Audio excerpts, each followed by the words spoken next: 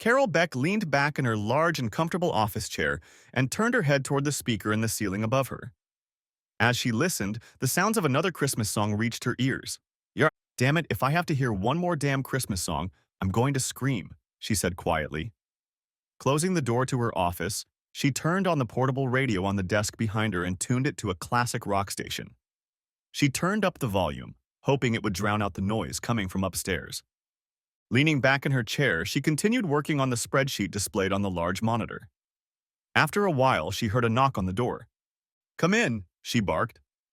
The door opened and she saw the face of Jake Callahan, the current CEO of Callahan and Son Manufacturing. He was the son in the company's name and had succeeded his father as CEO about 7 years ago. Prior to that, he had been the CFO of the company, and he was the one who had hired her in the accounting department after she graduated from college. He was older than her by about 16 years, but in his 51 years, he was in great shape and still wore a full head of dark hair with a slight gray at the temples. They had developed a strong platonic friendship over the years, but after his wife had died in a terrible car accident 8 years ago, they had grown a little closer. He had developed strong feelings for her over the years and wanted something more than just a platonic friendship, but he didn't want to take any chances. So he proceeded slowly and calmly. Carol wasn't stupid and knew he wanted more from her than just a sympathetic ear and a shoulder to cry on. And while she liked Jake a lot, she wasn't about to jeopardize her marriage. Truth be told, she loved Raymond, her husband of 12 years, and she loved their 9-year-old son Tim very much. And even though they were going through some bad times right now, there was no way she was going to jeopardize that relationship. But, she admitted to herself, she had fantasized about her boss on more than one occasion over the years. And in the last few months, she'd fantasized about him much more often. "Is it safe?" he asked. She smiled and nodded her head. "Of course, Jake, please come in. I just can't stand listening to this nonsense being carried around the offices," she said. He walked into the office and closed the door behind him. "Please have a seat. What can I do for you today?" 7. "I was wondering if you'll be going to the company Christmas party this year or skipping it like last year," he asked. She remembered that the annual party was on the 23rd, and everyone would be off until Monday, January 3rd. That meant she only had a few short days to get everything finished. "I don't know, Jake," she said. "You know how I feel about Christmas." "That's right.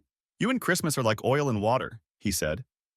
"Yeah, and I still have to finish all those reports," she told him. "You have staff for that," he said. "Delegate it to them. Let them do their jobs." "I guess you're right," she said. "Of course I'm right," he said with a smile. "That's why I'm the CEO. I delegate authority to you, and you have to delegate it to them. See how that works? Why don't you shut up, get off the leash, and join me for lunch? There we can talk if you want to." "The usual?" she asked. "Of course," he replied. As usual, there was a small diner near the factory that served sandwiches. It wasn't crowded at this time, and they could eat in peace. They'd been going there 3 times a week for the last few years. "What the hell?" she said. "Why don't I just take care of business and meet you there in 20 or 30 minutes?" "Sounds like a plan," he said. "I'll see you there." A little less than half an hour later, Carol parked her BMW and walked into the diner. Jake was sitting at a table waiting for her. He smiled and waved at her. "I hope you don't mind, but I ordered your usual dish," he said. "Pastrami on rye bread?" she asked. "Of course," he said, feeling proud of himself for taking her order. Of course, she'd been eating the same dish at this diner for months now, so it was a pretty safe assumption. "Thank you," she said. The waitress brought the drinks and hurried to her seat. Jake watched her as she took a sip of her Coke. "Okay, that's enough, sis," he said, using his favorite name for her. She smiled and set the glass aside. She didn't mind him calling her that. She was an only child, and the idea of being someone's little sister appealed to her. "What do you mean?" she asked. "You shouldn't call me that," he said. "I've known you too long. It's not just your usual Christmas bah ha ha ha ha ha ha ha ha ha ha. What's wrong? Is it the nerd thing?" It was Jake's nickname for Raymond, his way of disrespecting Carol's husband, and she hated it. "Please, I asked you not to call him that," she said with a note of irritation in her voice. "You're right," Jake said. "I shouldn't have said that and I regret it. But let's face it, he's a computer repair guy and you're a senior executive. You deserve so much better than that." Actually, Jake, Ray is a senior field engineer. He designs multi-million-dollar network infrastructures all over the world. He's damn good at what he does and is highly respected, Carol said. Good, but still you make 3 or 4 times what he does? Jake asked. About that, yes, she replied. Doesn't that bother you too? No, not really, she said. I know what you're thinking, that I'm the primary breadwinner, staying home with the baby, and he's traveling around the country doing his own thing. Exactly, Jake said. Hell, it would bother me if my wife made 3 times as much as I do. Ray doesn't spare his money, she said, and he adores little Timmy. He's a great husband and father. Who disappears all the time, Jake said. Look, sis, I'm just worried about you. You were there for me when my wife died, and I want to do the same for you. I'm worried about you. Thanks, but I'll be fine, Jake, really, she said. But something else is eating you up, isn't it? He asked. She swallowed her food and thought for a moment before she spoke. Christmas Eve will be 15 years since my mother died of a heart attack, working to the point of exhaustion to take care of us, she said quietly, and tears came to her eyes at the memory of her mother. And 25 years since my father died. He died on Christmas Day when the plane he was flying crashed. He was flying east and was in a hurry to get home to us. I was 9 years old at the time. After so many years together, this is the first time you're telling me all this. No wonder you hate Christmas so much, he said. Yep. Every time Raymond gets on the plane to go to the construction site, I think it might be the last time I see him alive, she said. I don't know if I have the strength to deal with a loss like that, and I don't want to end up like my mother. Honestly, I don't know how much longer I can bear his absence. You don't think he's having an affair, do you? Jake asked. Ray, is he having an affair? Get this. No, Raymond has his faults, but infidelity is definitely not one of them, she said. Well, sis, just know that I'm here for you, okay? You and little Timmy are always welcome guests at my house if it ever comes to that, he said. She smiled, looking at him. Thank you, Jake. That means a lot to me, she said, putting her hand on his shoulder. In the back of her mind, she wished Ray was sitting here instead of Jake, but she took what she could get. If only Ray understood how she felt. My pleasure, Carol, he said with a smile. They finished their meal and Carol looked at her watch. Oh dear, I'd better get back to the office before they send out the National Guard, she joked. That's okay, he said. No one's going to take away your paycheck for having lunch with the CEO. I know, she said. It's just that I have a lot of work to do. I hope my people made good progress. I'll see you later. Thanks for lunch and for letting me talk things over. Of course, Carol. Anytime you want. And I mean it. If you need anything at all, let me know, okay? I will, Jake, thanks, she said. He watched her leave the diner and walk to her car.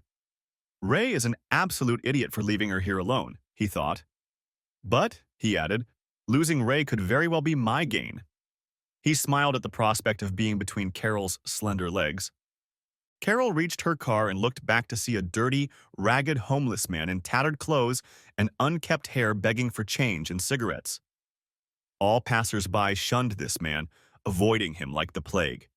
She shook her head in disgust. Why can't these people just go out and get a job like my mom? She asked herself. She got into her car and drove away without even dignifying the man with a glance. She got to her department and found out how the reports were going. Satisfied, she took everything she needed and headed to her office. Hearing Christmas music from the speaker above her head, she called the IT department and asked someone to come over and do something about it. While she sat there, one of the IT people showed up with a small ladder and twisted the volume knob until the speaker went silent. Silence, she thought. Blessed silence. Thank you, she said to the young man.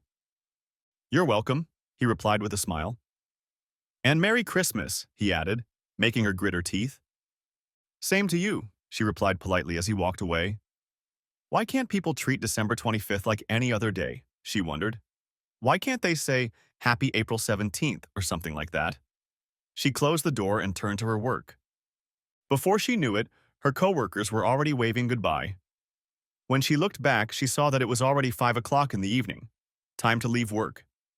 She took a deep breath and exhaled. There was no way she was going home with all of this. She waved and watched them put on their coats and head outside. Soon, she was the only one left in the department. She picked up the phone and called Ray's parents, since they were looking after Timmy. She hated to leave the little boy with them, but they loved bringing him to their house, and he loved spending time with his grandparents. Ray's mother, Alice, picked up the phone. "Hi, Mom," Carol said. She had always gotten along well with Ray's parents and had started calling them Mom and Dad shortly after she and Ray had gotten married. "Well, hello, Carol," Alice said. "Still at the office?" "I'm afraid so," she replied. "It's the end of the year. You know how it is." "Yes, unfortunately I do," she said. "How's my boy doing?" Carol asked. "He's acting like an angel," replied Alice. "Right now he's in the other room with Grandpa. He misses his daddy very much." "I know," said Carol. "So do I." "Here, I'll let you talk to him," said Alice. A few minutes later, she heard her little son's sweet voice on the phone. "Hi, Mommy," Tim said. "Hi, Timmy," Carol replied. "Are you having a good time with Grandma and Grandpa?" "Oh, yes, Grandpa is reading me a book right now." "That's great, honey. How was school today?" "It was okay," Timmy said. "Did you do your homework?" Carol asked. "Yes, I did. And Grandma even checked it for me like you do," answered Timmy. "That's good," said Carol. "I miss Daddy," said Timmy. "Do you think he'll call me tonight?" "I'm sure he will, honey," said Carol. "I hope he'll call. Will he be home for Christmas?" "I think so, yes. You know how your daddy loves to spend Christmas with you," she said sadly. "I love spending Christmas with him too," Timmy said. "Well, I know you're probably busy, so I'll let you go. I love you, Mommy." She couldn't help but smile. Even at such a young age, Timmy was becoming very much like his father, so sweet and considerate. "I love you too, sweetie," she said. "Give Grandma and Grandpa a kiss goodnight from me, okay?" "I will, bye." She heard him hand the phone back to Alice. "Are you going to be working late again tonight?" Alice asked. Alice asked. "I'm afraid so, Mom," replied Carol. "Actually, I'll be working late every night this week. I have to get everything done before the party on the 23rd. And that's only a couple days away. Could you keep an eye on Timmy if Ray doesn't get home early? I hate to ask, but I'm under the gun. And with Ray gone?" "Say no more, Carol, I understand," Alice said.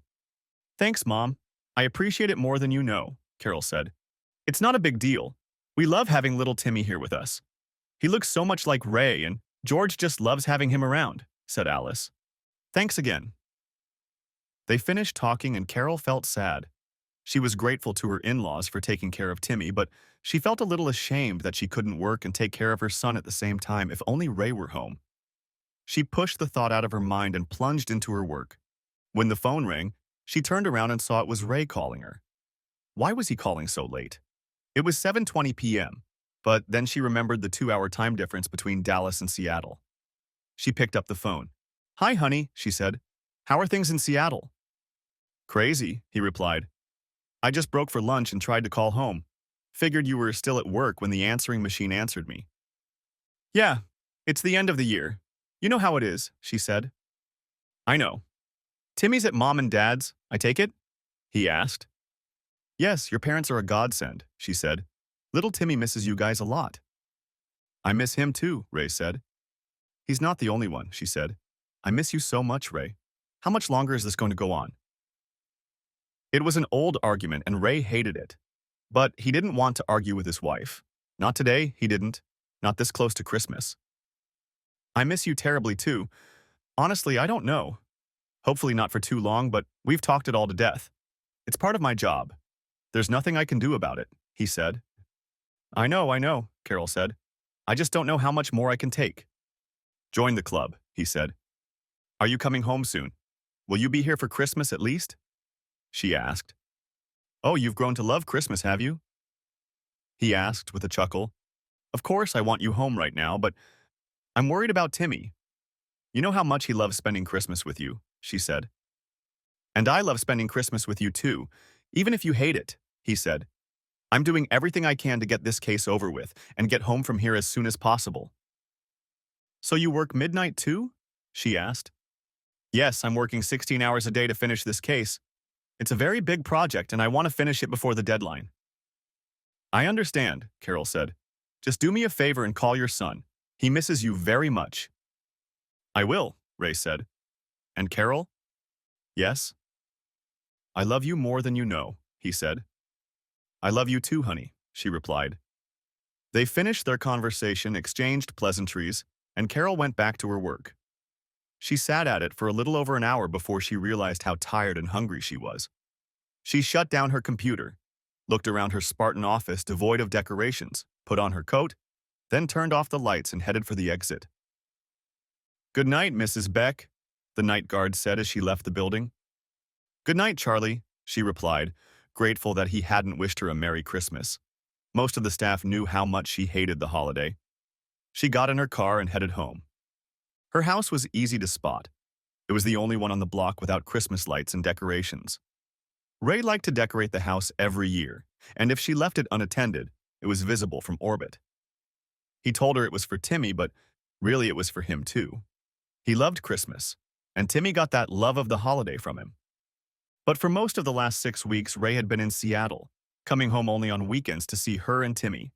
Except for last weekend. He'd run into a problem, and his entire team had been working all weekend to fix it. At least he'd called every night to say hello and talk to them a little. But that wasn't enough. She pulled into the garage and closed the door. She went into the house and turned off the security alarm. The house was dark and quiet. Too quiet, even. She walked into the living room and was glad Ray didn't have time to decorate and put up the Christmas tree.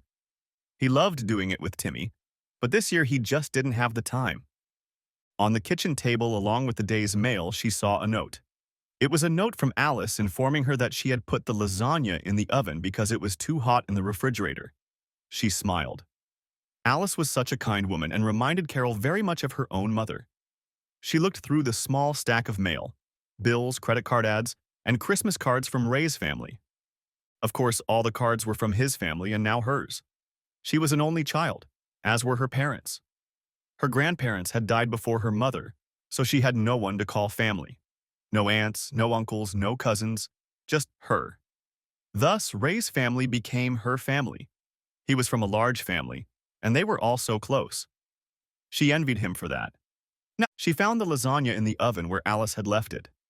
It was still pretty warm, so she cut off a small piece for herself and sat in the living room watching TV while she ate it. She ate the lasagna, had a glass of wine, locked up the house, and headed upstairs to bed. On the way, she stopped at a painting on the wall. It depicted her and her parents when she was about 7 years old. They were smiling and seemed so happy, so full of love. She brushed a tear from her eye as she looked at the painting. If there was any justice in the world, they would be alive, she thought. At least a little justice. Is that too much to ask? She said quietly, heading for the bedroom. Why can't you be home with me? She asked the pillow. Don't you know how much I need you right now? The pillow didn't answer, so she put it back on Ray's bed. She remembered Jake's words from that day. Yes, Ray is a good husband and father, but he's never around. Lately it seems like he's always away. One week he's in Miami, the next week he's in Kansas City, and now he's in Seattle. Where will he end up next? And for how long? And yes, even though he makes good money, she makes a lot more money than he does. That had never bothered her or Ray before, but now... As she pondered Jake's words, her thoughts began to wander, and for the first time in 12 years, she wondered what would happen if she accepted Jake's proposal. She knew several women, some even in the company, who had left their husbands. Some of them were in situations very similar to hers. Husbands were married to work, constantly absent, leaving them home alone to run the household. But she wasn't Susie, the stay-at-home mom who bakes cookies while her husband brings home the bacon. If anything, she was the primary breadwinner. In that respect, Jake was right. In the past, she'd advised Ray to pursue his career more, get a promotion. But he kept telling her that it didn't work in his field. It'll happen when the time is right, he'd said the last time they'd discussed the matter, and it had been before his trip to Seattle. And when will that be? She asked. I don't know. I don't have a crystal ball, he said. It's different in my job. Guys like me can work at the same level for years before they get promoted. That's the way it works. You don't realize. Things change all the time, and if you don't keep up with the changes, you can fall behind so fast you get dizzy. Well, she thought, if things don't change for the better around here soon, they will. And it will happen so fast it will make you dizzy, Carol thought. I'm tired of waiting around the house all the time. Tired of telling my son his daddy would be gone for weeks at a time. Nah, she thought about the other women and how they talk about their extramarital affairs. As long as their husbands don't know, no one suffers. That's what they say. She thought of Jake and wondered what it would be like to slip into his bed. What it would be like to offer herself to him the way she'd done with Ray. It would be so easy to do, she thought. With Timmy gone and Ray in Seattle, she could easily call Jake and spend the night at his place. No one would know anything. She made herself a cup of tea, threw on a robe, and sat in the front room mulling over her options. After all, this was the first time she'd even considered cheating on her husband. Would she be able to bring herself to do it? However, there was another problem. What if Ray found out? What would he do? Would he divorce her? Or would he understand her needs and let her go out with Jake when he wasn't home? They'd never discussed the issue directly, had they? It wasn't on purpose, it was just that the question had never come up, and each of them just assumed the other would be faithful. She really didn't know how he would react. In the end, she decided to take her time and see what would happen after the holiday.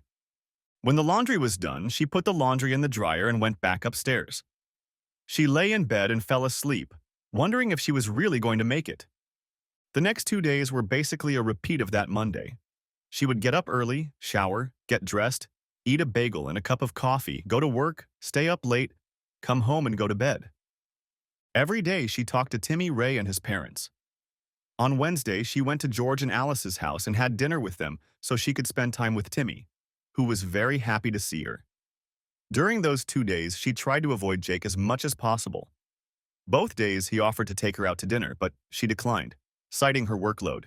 That Wednesday, when she got home from her meeting with Timmy, the phone rang. It was Ray, and she answered it. "Are you really home?" he asked. "Of course I'm home," she replied. "Actually, I just got home. I had dinner with your parents and Timmy tonight." "That's what they told me. I take it you've already decided on all the end-of-the-year stuff?" he asked.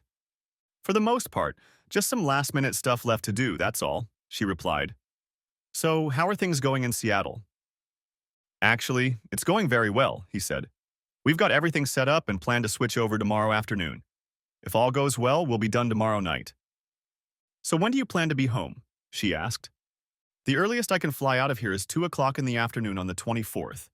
There will be a 2-hour layover in Denver, so by the time I get home from DFW, it will be pretty late," he said. "But at least I'll be home for Christmas." "Promise me?" she asked. "Of course," he said. "God willing, the river won't rise," he added, badly impersonating John Wayne. She laughed. "Well, you'd better be home, Bug," she said. "There's a little boy here who misses you a lot, and I miss you too." "I miss you guys too," he said, "more than you realize." "I love you, Ray," she said quietly. "I love you too, honey," he said. "Are you going to the party tomorrow?" "Yeah, you know they expect me to be there the whole time," she replied. "Are you planning on spending the night there?" he asked. "Maybe, depends on how I feel," she replied. "But be careful. I'd hate for you to have an accident," he said. They finished talking and Carol lay in bed, her thoughts scattering in all directions. She loved Ray very much, but some part of her still wanted Jake. The next day, she finished the reports by noon, printed them out and handed them to Jake. He took them from her and calmly looked them over. "As always, Carol, you've impressed me with the detail of your reports. I'm sure the board will agree," he said. "It's a good job. Why don't you finish the job and give your people a little vacation for the work you've done? You're going to the party tonight, aren't you?" "Yes, I'll be there," she said. "Will your husband be going with you?" he asked. "He's still in Seattle. He won't be able to leave until tomorrow afternoon," she told him. Jake nodded his head and handed her a card. "I took the liberty of booking a room for you just in case. I'd hate to see you get locked up for a DUI. You can check in anytime this afternoon." This wasn't unusual. Executives and board members were usually expected to stay for the entire event, and usually gathered for a brief meeting after the party. "Thank you for remembering me," she said. "I take it you've booked a room in the penthouse as usual?" "Yes, I booked it. The room has a jacuzzi and a great view of the city," he said. "Perhaps after the meeting you and I can use the jacuzzi. Feel free to bring your swimsuit if you want. Or don't. I'll leave that up to you." "Why, Jake Callahan, are you trying to seduce me?" she asked with a smile. He smiled back. "Would I want to?" he asked. She smiled, shaking her head. You're incorrigible, you know that? She asked. I've been told that a couple times, he replied. I'll see you tonight. See you then, she said. Taking her key card, she left the office, sent her people home, and went to get ready for the party. After getting her hair and nails done, she went home and packed a few things for the evening, including a tiny bikini she'd bought last summer and pajamas. She didn't usually wear pajamas, but she decided to bring them anyway. She put on blue jeans and a sweater, took the dress she'd dropped off at the dry cleaners for the party, high-heeled shoes, and packed everything up. She loaded everything into the car and drove to the downtown hotel where the party was to be held. Taking her things with her, she walked into the lobby and headed for the front desk when she heard a man's voice behind her. Excuse me, miss, I think you dropped your keys, the man said. Turning around, she saw an attractive man with the strangest eyes she had ever seen. They were a piercing sky blue color with gold speckles on the sides of the pupils. They seemed to pulsate. He held out a bunch of keys to her. They were her keys, of course. She took them from the man and felt a shock when their hands made contact. Sorry about that, the man said. Must be static electricity. Probably, she said. Thanks. You're welcome. Merry Christmas, he said with a smile before he left. Yeah, she said. Same to you. She checked in and headed to her room on the 5th floor. There, she laid out her things and plunged into the tub, trying not to get her hair wet. When she was done, another thought popped into her head. Tonight she might cheat on her husband, for the first time since they'd become exclusive over 12 years ago. For a moment she felt guilty. But guilt was soon replaced by anger. If Ray were here, she wouldn't even be thinking about this. But he's not here, she told herself. And Jake is. She looked at her face in the mirror and was stunned. For a moment she thought her mother's face had somehow transferred to hers. She shrieked and jumped back, but her mother's face disappeared as quickly as it had appeared. What the hell is going on here, she asked herself. She shook her head and splashed water on her face to clear her mind. Gathering her thoughts, she fixed her makeup. It was time for the performance. By now, the room should have filled up with the staff and their guests, so she decided to go downstairs and make her presence known. The first person she saw when she found herself in the room set aside for the corporate dinner was Philip Carson, the chairman of the board of directors.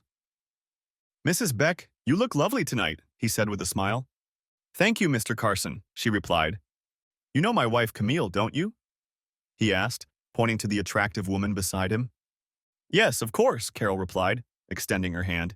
It's good to see you again, Mrs. Carson. Please, call me Camille, the older woman said.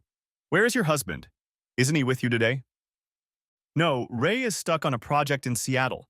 He's supposed to fly home tomorrow afternoon, Carol said. I hope he doesn't get caught in bad weather, Philip said. I've heard that Denver is getting snowstorms in the next 24 to 48 hours. I hope so too, Carol said. By the way, I looked over your year-end report. Great job, by the way, he said with a smile. Thank you, Mr. Carson, she said. You're welcome, he said. I think we'd better go and socialize. It's good to see you again, Mrs. Beck. Merry Christmas. Merry Christmas to you too, Carol said through clenched teeth. Taking her glass, she walked down the hallway, saying hello to staff and guests, and finally ran into Jake. His eyes nearly popped out of his forehead when he saw her.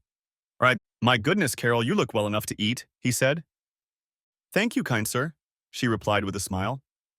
And may I point out that you look very dressy yourself. Well, thank you, he said. I've been told I'm pretty good at cleaning. Perhaps after we eat we can enjoy a dance or two.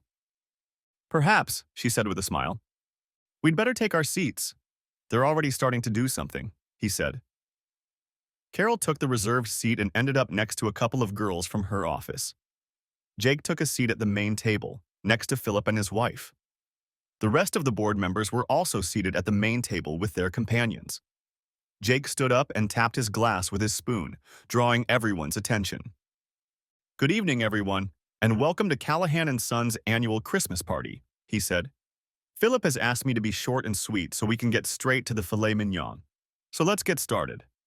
After reading the year-end report provided by Mrs. Carol Beck, our esteemed CFO, I am relieved to report that your bonuses will not be cut, he said, causing laughter in the room.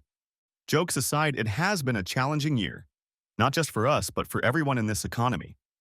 However, it has been a banner year for our company, and it's all thanks to your hard work, dedication, and attention to detail. On behalf of the executive team, the board of directors, and our shareholders, I want to personally thank each and every one of you, he said to applause. And I know next year will be even better. So thank you again. I wish you all a Merry Christmas. Enjoy. Before continuing, he looked at Philip. How's it going? He asked. Philip smiled and gave a thumbs up, which caused more laughter. Carol proceeded to dinner and made small talk with those around her. More than one of them asked about Ray, noticing his apparent absence. After dinner, she noticed that the others had already headed toward the open bar and dance floor. She stood up just as Jake approached her. Great speech, she said. Thank you, little lady, he replied. Since we seem to be the only ones who came without a date, would you like to dance? Sure, she said, taking a sip of wine. She let him lead her out onto the dance floor and noticed they were being watched. Jake hugged her, but not too close or too tight. Although everyone knew they were friends, they didn't want anyone to get the wrong impression. Throughout the evening, they danced with different partners, stopping only to get a drink from the open bar. But as time went on, they danced together more and more, looking into each other's eyes as they moved across the dance floor. You're so beautiful, Carol, Jake whispered in her ear as they danced to a nice, slow song. She looked him in the eye and was about to suggest they find a more private place. But then something happened.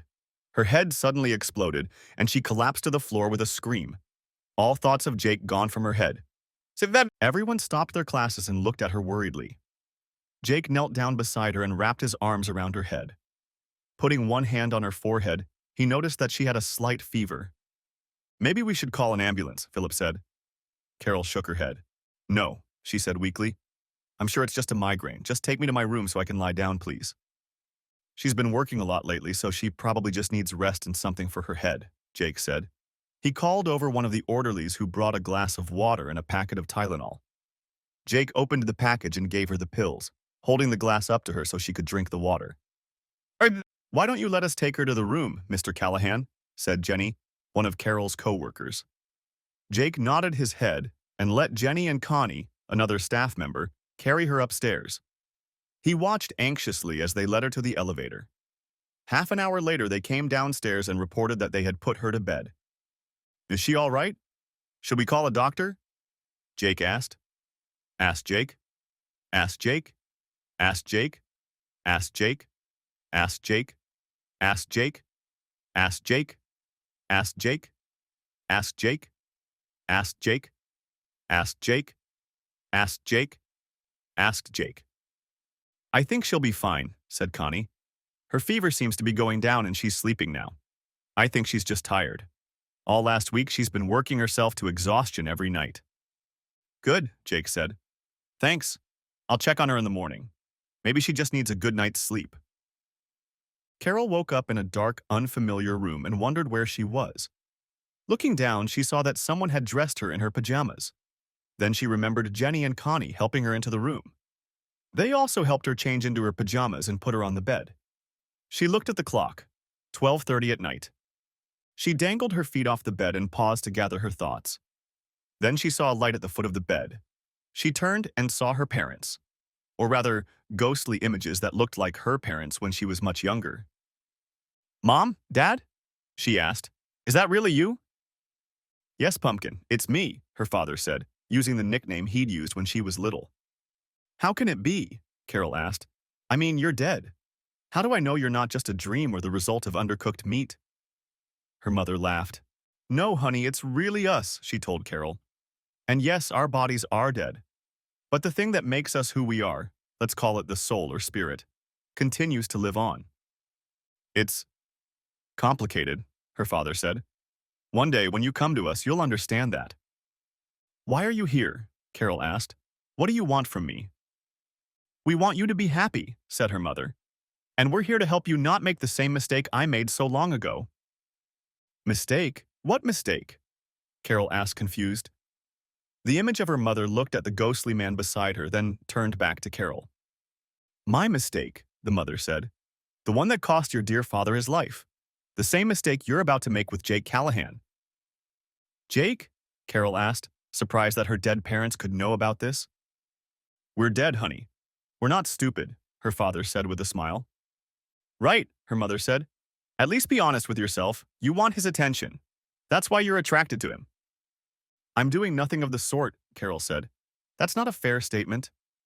I couldn't agree with you more, Carol. Tell me something. Do you remember how old you were when your father's plane went down? Her mother asked. About 9, replied Carol. The same age as little Timmy is now, said her mother. Carol recoiled at those words. Oh my God, she thought. That's right. Say, do you remember where you were that Christmas? Her mom asked her. At Grandma and Grandpa's, Carol replied. Again, that's right. Did you ever wonder where I was during that time? I wondered, but Grandma said you were busy with people from your job, Carol said. Actually, it was just one person from my job, her mother said. One man. So you cheated on Daddy? Carol asked, shocked. Her mother slowly nodded her head. Yes, she said.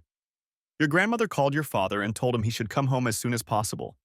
He got on the first plane he could find and rushed back to be with us, only he never made it.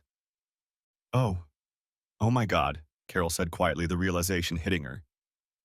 You see, like you, I was mad at your father for being away all the time. It never occurred to me that he worked so hard so we wouldn't have to. He worked so we'd have a roof over our heads, food in our mouths, and clothes on our backs.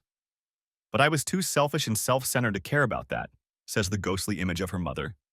I wanted what I wanted, and that was all that mattered to me. Sound familiar? The image of her father asked, reminding her of the way he used to talk to her when he corrected her for something she'd done wrong. Oh my goodness. Yes, familiar, Carol said quietly. And you forgave her for what she did? Where we are, there is no anger or need for revenge or retribution, he said. She was forgiven. And that's all that matters. So yes, I have forgiven her. And this is what exactly? Some kind of intervention? Carol asked. You could call it that, said her mother. Well, pay attention, said Carol. I promise this will never happen to me. I love my husband and my little boy. I'm sure you do, Carol, her father said. But that's not the only problem that's bothering you, is it? I think not, Carol replied. So what's going to happen now? You will be visited by 3 beings, her mother said. Don't tell me. Let me guess. Ghosts of Christmas past, present, and future, right? Both ghostly images giggled. No, Pumpkin. This is not a Charles Dickens story, her father said, although the principle is somewhat similar. The first creature will come to visit at 2 in the morning, the second at 3, and the third at 4 in the morning. They'll show you different things so you'll realize that your actions have lasting consequences, her mother said. Why? Why are you doing all this for me? Carol asked. Asked Carol. Asked Carol. Asked Carol. Well, you asked for justice, said her father. Obviously, we can't be raised from the dead. But perhaps we can help you avoid the mistakes we made. Not just for you, but for Raymond and little Timmy. Timmy? Carol asked. Of course, said her mother. Everything you do affects him too. I never thought of that, said Carol. Our time here is almost up, Carol, her father said. It's time for us to go back, but remember that we're always watching over you. Can I have a hug, please? I've missed you guys so much, Carol pleaded. We've missed you too, dear, her mom said. And we'd love to hug you, but unfortunately we can't reach each other. Just know that we love you and always will, no matter what. I love you, Carol said with tears in her eyes. And we love you too, Pumpkin, her father said with a smile. And with those words, they disappeared into the darkness again. Carol reached out her hand to the empty spot where they had appeared, but felt nothing. Shocked, she crawled back under the covers and looked at the clock. 1 o'clock in the morning. Surely it was only a dream, she thought. But if it wasn't, it was only an hour before the first visitor arrived, so she closed her eyes and tried to sleep. Wake up! Wake up! Carol jumped up at the sound of a voice that brought her out of her slumber. Sitting up in bed, she rubbed her eyes, trying to figure out who had the nerve to wake her up. Glancing at the clock in her room, she saw that it was already 2 in the morning. Oh shit, she thought. She looked up and saw a man in her room with eyes that seemed to glow. Something about his appearance seemed familiar to her, but she couldn't pinpoint what it was. Get up and go to them, the man called out. Rise and shine. We have places to go and people to see. Who the hell are you? She asked. Well, I'm certainly not the ghost of Christmas past, if that's what you're thinking, the man said. My friends call me Cam, so I guess you can too. Come on, get a move on. Can I at least go to the bathroom? She asked. Well, if you need to, just make it quick, he said. Hurry up. Jesus, what is it with you women, always needing to go to the bathroom? He asked wryly as Carol closed the bathroom door. A few minutes later, she came out and looked at him. And then she remembered where she'd seen him before. I know you, she said. You're the guy who handed me the keys in the hotel lobby. That's right, he said with a smile. Now take my hand and hold on tight. It's time to take a little trip down memory lanes. It was as if he was typing something on an invisible keyboard, and suddenly they were in a room that looked like the living room of a small house. A man and a woman were sitting on a couch watching a young girl play a song on an old piano. A small dark cat sat next to the girl. When she finished, the man and woman clapped their hands, and the man hugged the girl. That was so great, Pumpkin, the man said. You're doing really well. Thank you, Daddy, the girl said, and a smile lit up her whole face. Carol brushed a tear from her eye as she watched the scene. Do you remember that? Cam asked. Carol nodded her head. Yes, I was about 8 years old. I wanted to take piano lessons, and my parents bought an old piano from a church that had just put in a new one. I took lessons for a little over a year. I loved playing for my dad, she says. I know I sounded terrible, but when he talked, it was like listening to Liberace. The cat seemed to like it too, Cam says. Twix, I'd almost forgotten about her, Carol said. You named your cat after a candy bar? Cam asked. Carol laughed. Yeah, it just suited her, she said. How long did you have her? We lost her about 6 months after my father died, she said. It was a nice sunny day and I decided to go for a bike ride. She ran out of the house when I opened the door and she was hit by a passing car. The guy tried to go around her, but he couldn't. She died in my arms, she added with tears in her eyes. Please, she pleaded, looking at Cam, don't make me relive it again. I won't, Cam said. Is that why you never let Timmy have a pet? Yes, that's exactly why, she said. He's such a sweet and sensitive boy. I don't think he could survive losing a pet like that. Interesting, Cam said, looking at her. What about your music? I abandoned it after my father died, she said sadly. I love music, but it just stopped appealing to me. Maybe you should start taking lessons again, he said. I'm too old for that, she said. Besides, I have a stressful job with tons of responsibilities. Nonsense, he said. As long as you're breathing, you're never too old. And if something's important enough, you can always make time for it. Yeah, but that doesn't pay the bills, she said quietly. Uh-huh, he said. So you remember how your mother struggled financially? Yes, she replied, as the landscape in front of them seemed to change and fast forward, like a movie. The next thing Carol saw was her mother sitting at the kitchen table, a stack of envelopes and papers in front of her. She put her head down on her hands and began to sob quietly. Nothing! Carol saw a teenage version of her sitting in the chair next to her mother. She stared at the bills on the table for a minute and then hugged her mother. If it helps, Mom, I'll get a job too, she said. Her mother shook her head and looked at Carol. No, dear, she said. Your job is to get an education so you never have to go through this. But I'm 16 now. I'm old enough to get a job. Please, Mom, let me help, young Carol said. Before she could finish her sentence, her mother hugged her tightly. Thank you for the offer, Carol, she said. It's very sweet. But it's going to be okay. We'll get through this. I want you to focus on your grades so you can get into a good college. If you really want to help, you can do a little more around the house. I'm already thinking about getting a second job. But Mom, you already work 10 hours a day, young Carol objected. I'm worried about your health. I know, and I appreciate it. But Mr. Harper said I could come and work a few hours at the nursery, maybe on weekends. He offered to pay me well for my time, she said. Okay. If it helps, I'll help you around the house, okay? Young Carol asked. Her mother smiled and nodded her head. That would be a huge help, dear. Thank you.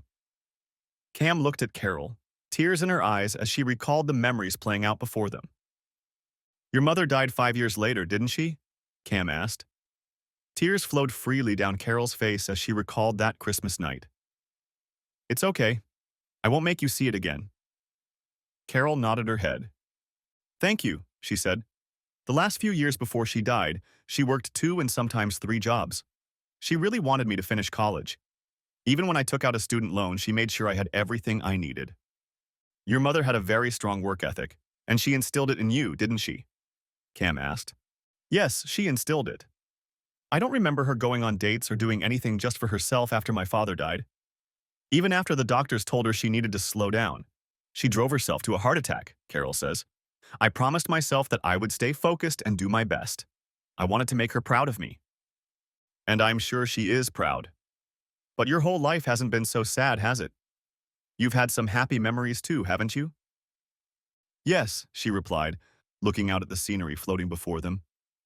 I met Ray my senior year of college. He was just a godsend to me, always so happy and supportive of me. I couldn't help but fall in love with him. I wish my parents could have met him. They would have loved him. Yes, they would have loved him, he said, looking at the scenery passing in front of them. And then there was your marriage. I'm sure it was a happy memory, as was your wedding night, he added with a wink and a sly grin. She smiled, and her face flushed as she watched her handsome husband carry her across the threshold to the hotel room where they had spent their first night together as husband and wife. Oh yes, she said. And then your son Timmy was born, he said as footage appeared on the screen, showing her and Ray in a hospital room with the tiny infant. Ray was smiling broadly as he watched his wife breastfeed their young son. Carol was also smiling as she watched her young friend breastfeed her newborn son. Oh yes, I'll never forget that, she said. Ray was so wonderful. You know, my wife and I are having twins in a few months, Cam said. Congratulations, she said. Thank you, he replied. So what happened after college? Well, Ray got a job at Apex International IT Solutions as a network engineer, and I got a job in accounting at Callahan & Son, she said, as the scene in front of them changed. At the time, Ray was earning more than me, and things were going well for us. As time went on, he grew in his career and the company started sending him on more challenging assignments, some of which were out of the area. Neither of us liked the fact that he had to travel, but we dealt with it. After Timmy was born, he didn't have to travel as often, but as he got older, things picked up and soon Ray was going away for 1 or 2 weeks a month, depending on the amount of work. Jake and I worked together, but for the first 3 or 4 years of my employment, there wasn't much interaction between us. It was a typical employer-employee relationship. 8 years ago, his wife died in an accident, and that's when he started opening up to me. He was grateful to me for allowing him to vent his frustrations, but nothing bad happened. About a year later, his father retired and he took over as CEO. Since I was senior in the department, I became interim CFO, and later Jake made me permanent. We've been friends ever since, she said, looking at the scenes flashing before them. Sam, when did he start expecting something more than friendship from you? Cam asked. I think a couple years after his wife died, she replied. We started going out to lunch and talking about everything in the world. It seemed so innocent at the time. He'd tell me about Ray's work and I'd listen to his frustration at not being able to find someone to share his life with. Then the petty nagging started. He never liked Ray. I don't know why. Started calling him a nerd or just a computer guy. I'd tell him Ray was more than that and he'd back off a little. But then he kept digging. Look, I'm not stupid. I know he wanted more from me than just a platonic friendship. But I always thought I could keep things under control. After all, he's my boss. But that teasing and bullying started to affect your relationship with Ray, didn't it? Cam asked, watching as the scene in front of them continued to change. Yes, replied Carol. Ray and I started arguing about everything, his crazy work schedule, bills, not much else. And then you started fantasizing about Jake? I have everything in chronological order here, Cam said. Yes, she admitted quietly. But I never did anything with Jake. I wasn't going to do it with my husband. Until tonight, Cam said, as the scene in front of them changed. If I hadn't intervened, you'd be lying in his bed right now, wouldn't you? She looked at him, shocked. You? You're the reason I have a migraine? She asked as a scene appeared on the screen, showing her in Jake's arms on the dance floor. Yes, it was me, Cam said. I hope it wasn't too painful. I had to act fast. Well, you sure saved me from a big mistake, she said. He nodded his head. Maybe this time, he said. But what about tomorrow? Or the day after tomorrow? Or the next time your husband goes out of town? Or the next time you feel insulted? She turned pale as she listened to him. I wouldn't, she began. That's what you told yourself before, he said. And look what almost happened? You realize he was playing a long game with you, don't you? This isn't the result of a momentary infatuation. He's been doing this for years, and I don't think he's going to stop now. Oh God, she said quietly. Our time is coming to an end, and I need to get you back before the next visitor arrives, he said. Seriously, if I were you, I'd take some time to reevaluate my priorities. Maybe talk to a counselor. Maybe you're right, she said. He nodded his head. Come on, let's go, he said. The pictures in front of them disappeared, and she was back in her room, next to her bed. Cam wasn't there, and she looked at the clock. 1:55 a.m. She closed her eyes and tried to rest for a few minutes, but the rest was short-lived. She felt a change in the atmosphere of the room and raised her head. The very shadows in the room seemed to stir and take on a different form. A tall man in Western clothes, with a battered Stetson and wearing a floor-length duster. When the shadows stopped moving, she found herself looking at a man who looked like he had just stepped out of an old movie. Who? You? She asked. The figure smiled, flashing his eyes. My name is Mir, ma'am. Judge O. Mir. My friends call me Eli, he said in a distinctive Texas accent, tipping his hat. And you must be Carol Beck. Yes, that's me, she said. He nodded his head. I think you'd better get up so we can move, he said. She stood and watched him pull a long rope out of nowhere. One end of it was tied into a lasso, and he threw the rope loop over her body. What is he going to do to me? She asked herself. Don't worry, ma'am, he said. Things might be a little bumpy. I don't want to lose you. Where are we going? She asked. This way and that way, he answered. I realize Christmas isn't your favorite time for you. It's not my favorite time of year, she said. That's what I've been told. Mapa told me that once he felt sorry for himself because he had no shoes. And then he met a man who had no feet, he said.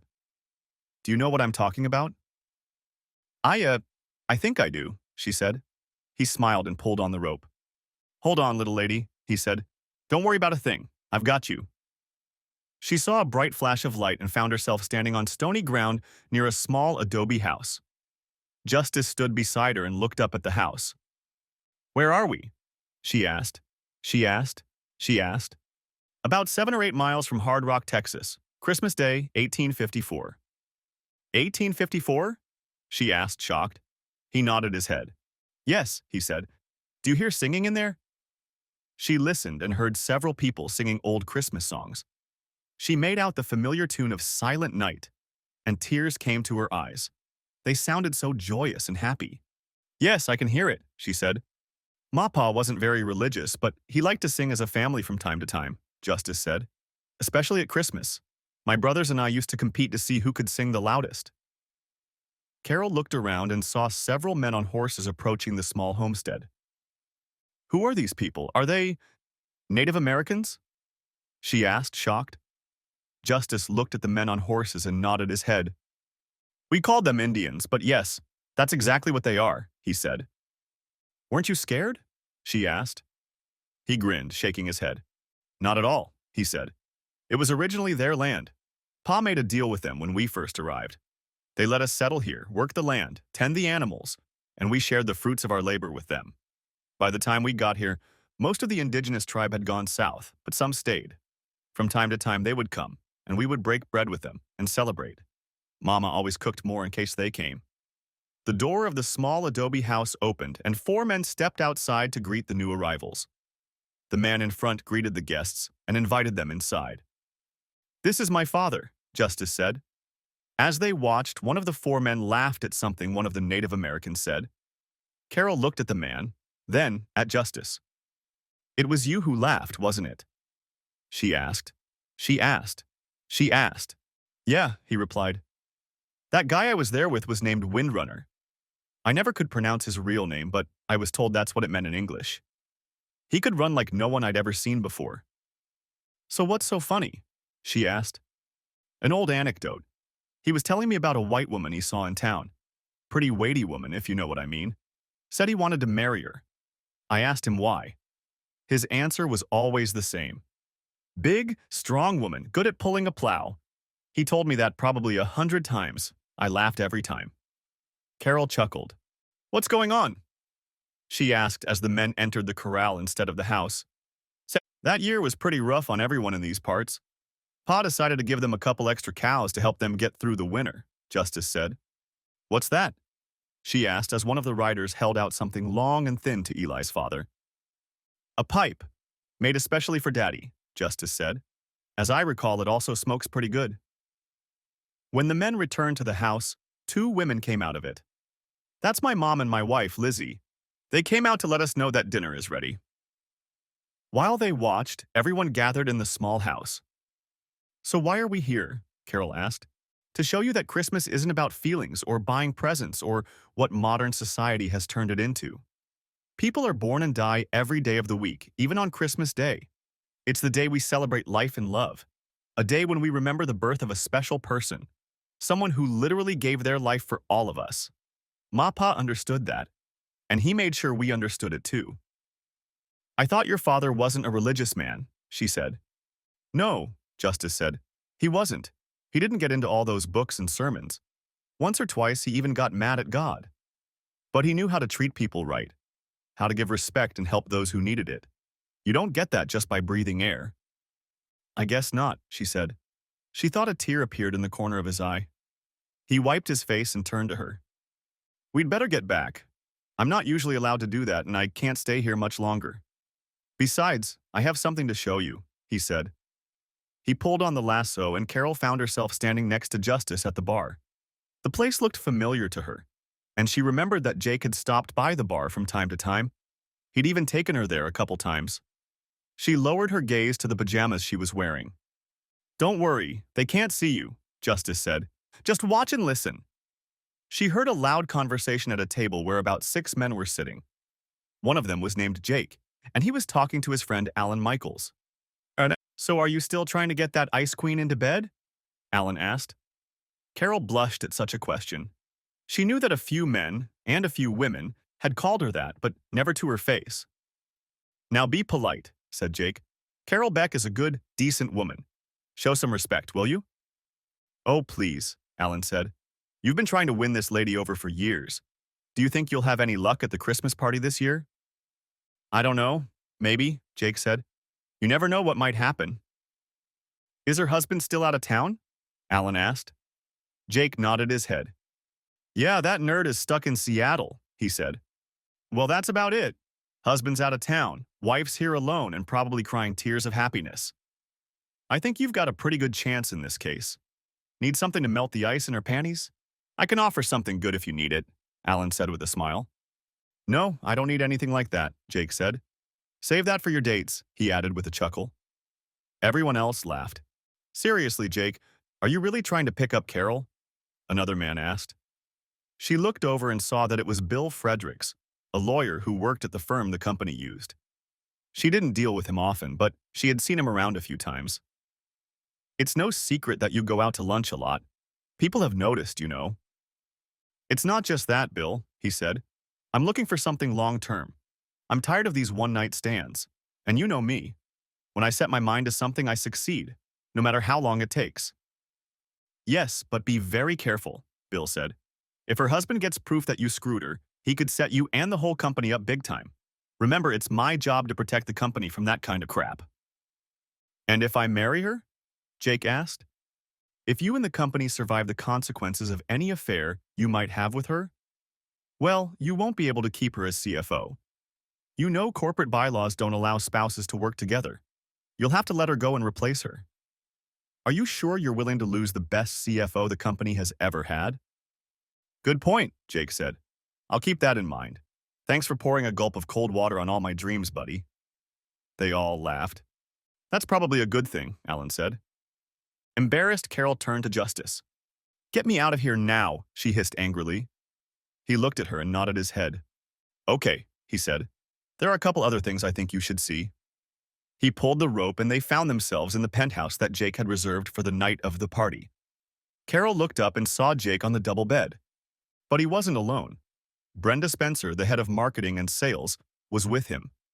Her head rested on Jake's shoulder and one hand rested on his chest.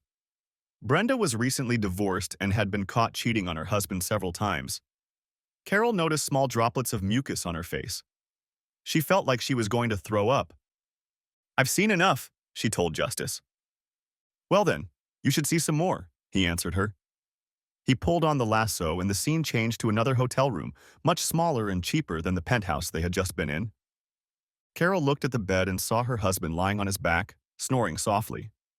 Tears came to her eyes as she looked at him. Looking around the small room, she saw the small digital frame she had given him for his birthday. On the screen flashed pictures of her and Timmy. She looked at the way the frame stood on the dresser. She positioned herself so Ray could see the pictures from the bed. And then it came to her why, just as Justice uttered.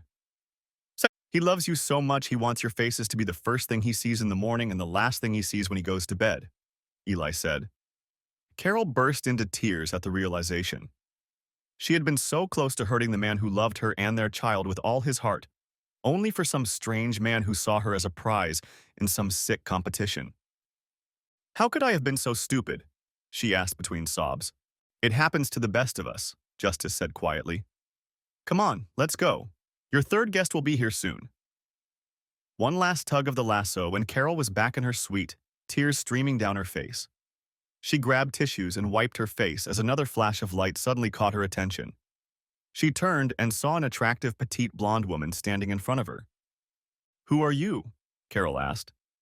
My name is Adrestia Ramnusia, replied the woman. I know that's a bit of a mouthful, so please just call me Dr. A. Are you a real doctor? Carol asked. I have doctorates in several disciplines, replied Adrestia. She held out her hand to Carol. Please come with me. Carol took her hand, and the two of them found themselves in a long hallway with portals on either side. What is this place? Carol asked. This is what I call the Hall of Opportunity. Here I can show you what can happen under certain circumstances, said Adrestia. I don't understand, said Carol. You see, Carol Beck, usually by the time I intervene, the evil has already been done. And here I can envision possible scenarios in hopes of averting disaster. Nothing you see here is carved in stone, but will happen if the status quo continues. Do you understand? I think so, Carol said. Adrestia nodded her head. Good. Then let's get started, shall we? Please come with me to the first portal. Don't be intimidated. All you have to do is enter the alcove and a scenario will play out in front of you. You will not be able to interact with anyone or anything, and no one will interact with you. You may become dizzy, so keep one hand on the side rail at all times. When you feel you've seen enough, just take one step back. Any questions? None, Carol replied. Good. I will monitor your progress and answer any questions you may have. Please, she said, pointing her hand toward the first portal. Carol looked at the portal and stepped carefully into the alcove, holding onto the railing with her hands. As soon as she stepped inside, she immediately saw her and Ray fighting in their home. How could you do this to us? Ray asked, his face red with anger. It's just happened, Carol muttered. I'm really sorry about what happened. I didn't mean to hurt you. You weren't here and it just happened. Just happened? Are you kidding me? What kind of idiot do you take me for? I don't think you're an idiot at all, she said. Look, we've talked about this before. You're constantly going God knows where for days or weeks at a time. Yeah, you call every day, but damn it, I'm the one who's left here alone. What, you think I don't miss you when I'm gone? For God's sake, woman, what do you think it's like for me to be away from you and little Timmy? Do you think I don't miss you? No, it's no accident, he said. What do you mean? She asked. I mean that Jake has been after you for years. Ever since his wife died, he's had his eye on you. You think I don't notice that? You think I'm an idiot or something? He stopped when it came to him. Oh my God. You had fun with him at the company Christmas party, didn't you? While I was in Seattle. She shook her head. No, I had a terrible headache and went to bed early, she said. You expect me to believe that? Ray asked. Please, Ray, you have to believe me. I never meant to hurt you, she said. It's not just me you hurt, Carol, he said. This is our son, Timmy. Did you even think about him when Jake was seducing you? I was thinking, she stammered. Ray interrupted her. I don't want to hear your pathetic excuses, he said. I'm going to file for divorce, and know this, I'm going to ask for custody. No, you can't do that. Please, can't we forget about this? There's nothing to forget, he said. You've been telling me nothing but nasty things about my job for months now, and now you're doing this. Well, I hope it was worth it. I'm going out for a couple hours. When I get back, I think you'll be gone. He grabbed the suitcase that stood in front of the couch and left, leaving her sobbing. She came out of the alcove with tears in her eyes. No, no, no, no, no, no, no, no, no, please, no, she said, crying. Actions have consequences, Carol, Adrestia said. Please move to the next alcove. She grabbed the railing and stepped inside. This time she saw herself and Jake in the diner. So did the nerd file for divorce? Jake asked with a smirk. Jake asked with a smirk. Yeah, he filed, she replied. And he's demanding custody, alimony, and child support. Really? Jake asked. Child support? What a loser. And my lawyer says he can get them since I make a lot more money than he does, said Carol. According to the paperwork, he can also prove that I'm not a very attentive mother since Timmy had to stay with his parents while he was in Seattle. That sucks, Jake said. Look, why don't you move in with me? It'll be a lot better than living in a motel. And you can take Timmy with you when you have dates. She looked at him, mulling over the options.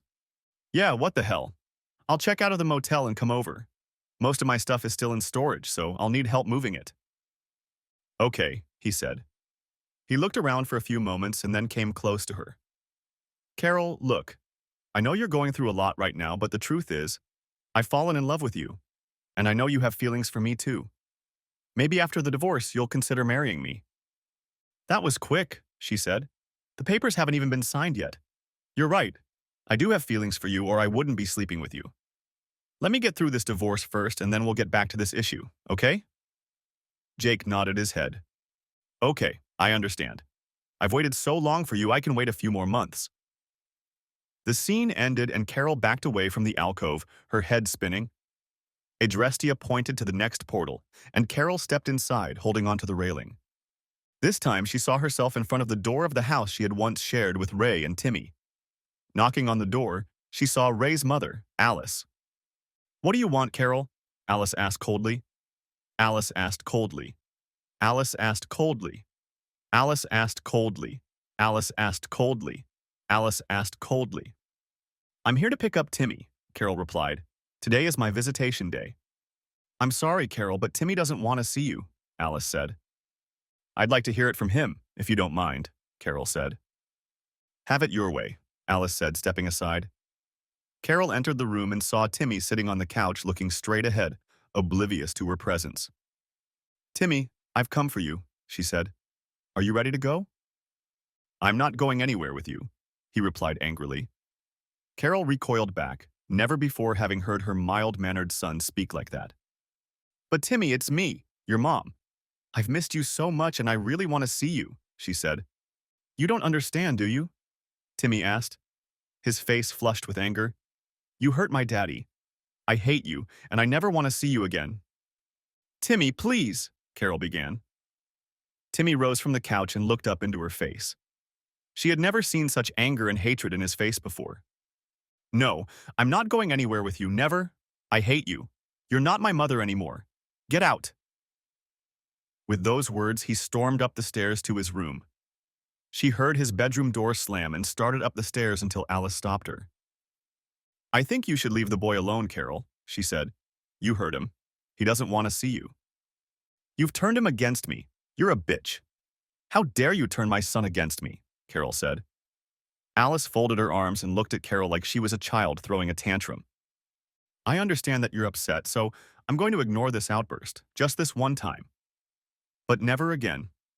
Ray and I have done everything we can to make sure Timmy understands that you're still his mother. It's his decision, Alice said. I think you should leave, Carol. Carol looked at Alice, then slowly stood up and walked out of the house. When she got back to the car, she put her hands on the steering wheel and cried like a baby. What have I done? She said through her sobs. The script ended and Carol stepped back, tears falling freely down her face. How accurate are these scripts? She asked Adrestia. Keep in mind, they are based on the assumption that the status quo has not changed. I believe they are a little over 99% accurate. I know it can be painful at times, but, as I said, your actions have consequences, Adrestia said. Please proceed to the next alcove. This script is somewhat disjointed, but I think it adequately captures the essence. It is essentially a summary of the next few years of your life. Carol stepped into the alcove and suddenly saw herself, Ray, and their lawyers in the courtroom. The judge was preparing to rule on their divorce. Having carefully reviewed all information and evidence presented by both parties, I grant the plaintiff's petition for divorce.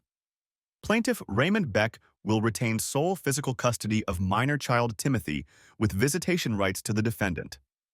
Plaintiff will also retain full use of the marital residence. Defendant will pay child support in the amount of 20% of her net monthly income. Defendant will also pay child support in the amount of $5,000 per month for not more than 5 years, unless during that time defendant remarries. The defendant will also pay 1/2 of the mortgage on the family home for the same period of time. Both parties may keep their own retirement accounts, but all other marital property must be divided so that the plaintiff receives 60% of the assets. The defendant must surrender her wedding rings in accordance with the agreement, as well as revert to her maiden name. Court is adjourned, he said, tapping his gavel. A stunned Carol turned and walked away from her attorney. The scene changed, and Carol saw herself in the small chapel in her wedding dress, standing next to Jake. They exchanged vows, kissed, and gleefully walked down the aisle toward their new life. Before returning, they spent a 2-week honeymoon in Hawaii. When Carol walked into her office, she was greeted by Philip Carson. "Good morning, Mr. Carson," she said with a smile. "What can I do for you?" "Good morning, Mrs. B. Sorry, Mrs. Callahan," he said. "Congratulations on your marriage. I hope you had a good honeymoon." "Yes, thank you," she replied. "Unfortunately, we have to let you go," he said. "What? Why?" she asked. "Corporate bylaws don't allow spouses to work on the same team," he said. "You and Jake are both on the executive team, so we have no choice but to let you go. However, given the fact that you have been with the company for 12 years, we will provide you with a very generous severance package. I want to thank you for your hard work and dedication, and will be happy to provide you with a glowing recommendation if required." "Good," she said. "Thank you." At that moment, Jake appeared in her office. "What's going on here?" he asked. "Well, Jake, I'm just giving your fiancée some goodbye papers. You know the rules about spouses on the same team." "Yeah, but we need her," Jake said. "We'll find someone to take her place," Philip said. "However, we have another problem. Bill Fredericks told me that the company just received a lawsuit accusing us of not following employee morale rules. I've also heard that some of our longtime customers aren't too happy with what they've heard. The board of directors will hold an emergency meeting tomorrow at noon to discuss the matter. In the meantime, Jake, you can consider yourself suspended until a decision is made. Have a good day," he added, and walked out. Jake and Carol looked at each other in shock. The scene changed again, and Carol was standing in front of the door of the new house she and Jake had bought after he had been forced to sell the large house originally built by his father, the founder of Callahan and Son. The 5 years since that last day at Callahan and Son have been tumultuous. The board of directors fired Jake, quickly replacing him with a new CEO. Unable to find a job he was willing to take on, Jake began drinking and was forced to sell the big house. Carol couldn't find a decent job either and took any job to keep the two of them afloat. Even with Philip's glowing recommendation, she quickly realized that many companies didn't want to hire someone with her reputation. To cut costs, she sold her expensive car and replaced it with a 2-year-old Corolla. With alimony and child support payments, her fortune quickly dwindled to almost zero, and her meager salary didn't even cover her debts. She tried to convince Ray, but he was adamant. She must pay what the court ordered. If she didn't pay or apply for a modification of the judgment, he would press charges against her, he said. The court reluctantly reduced the payments, but she still struggled to make ends meet. Now that it's been 5 years, she no longer has to pay child support, but it still has a significant impact on her budget. As for Timmy, she constantly tried to contact him, but he refused her calls, and cards and letters came back unopened. The postmark on the envelopes cut painfully into her chest. Returned to sender. Refused by addressee. All this because she needs some weird idiot, she thought as she unlocked the door of their little old house. As soon as she entered the small ranch house, she heard sounds coming from the master bedroom. As she entered the room, she saw Jake and a young woman. They stopped to look at her and then went back to their occupation. Spitting into the bathroom, she walked back into the room and pounced on them both. Get out of my house, you damn whore!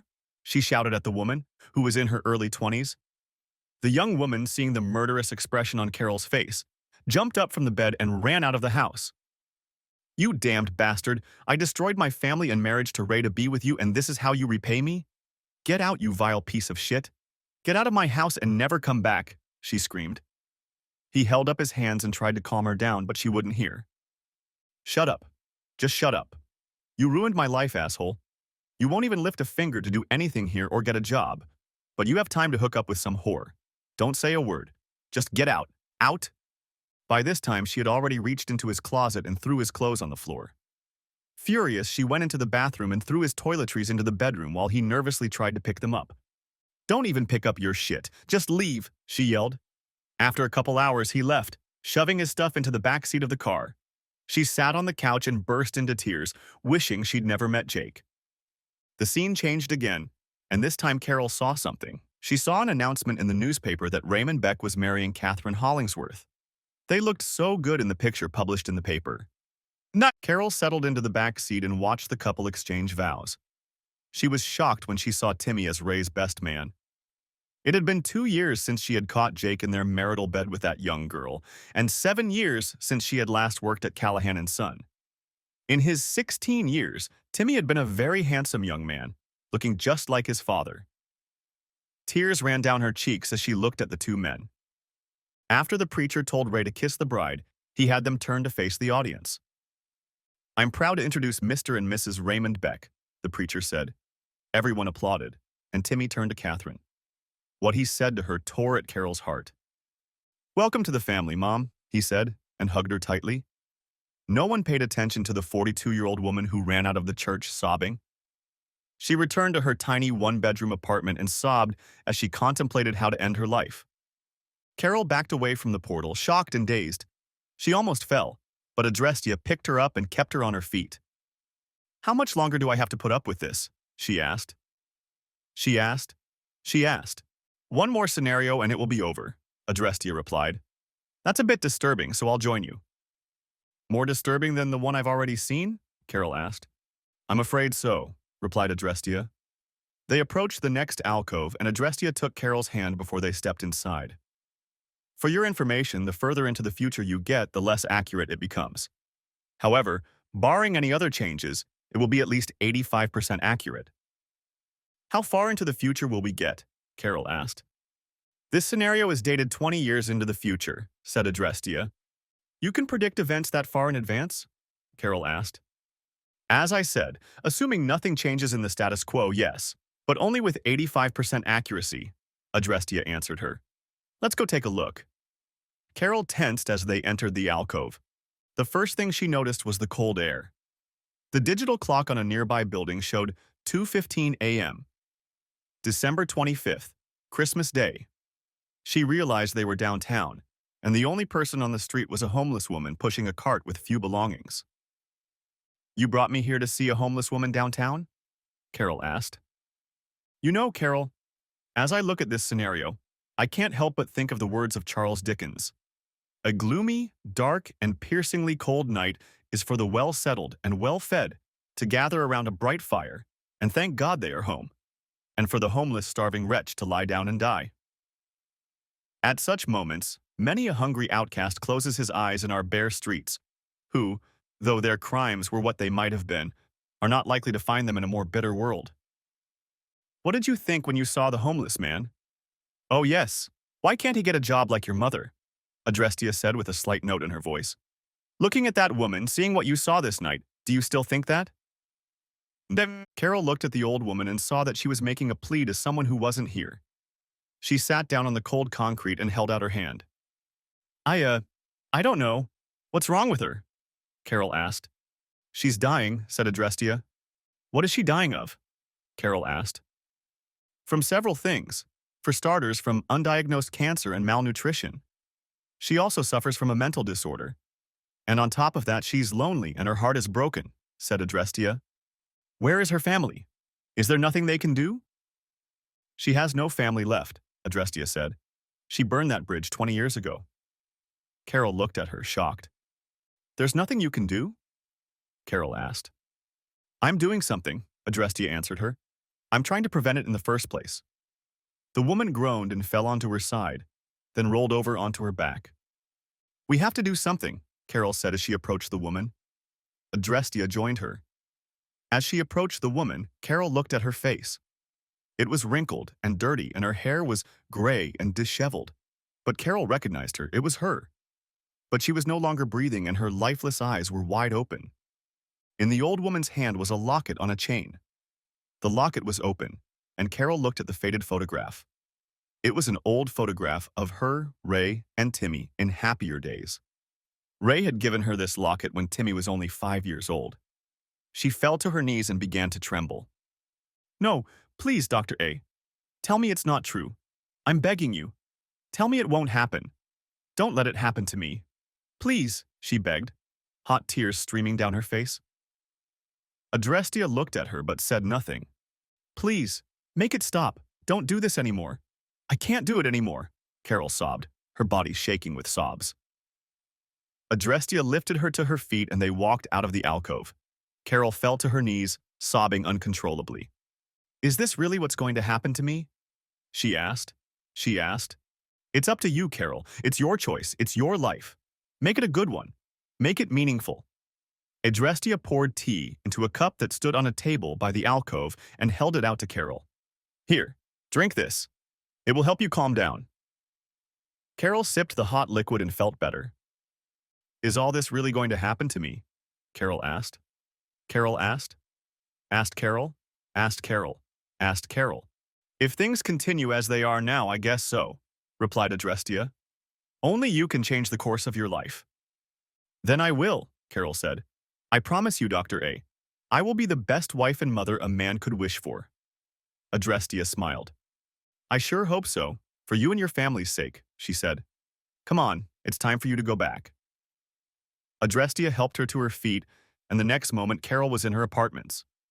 She sank down on the bed in exhaustion, her mind still reeling with images of everything she had seen. Yes, she said to herself, big changes were coming in her life. Soon she was sound asleep.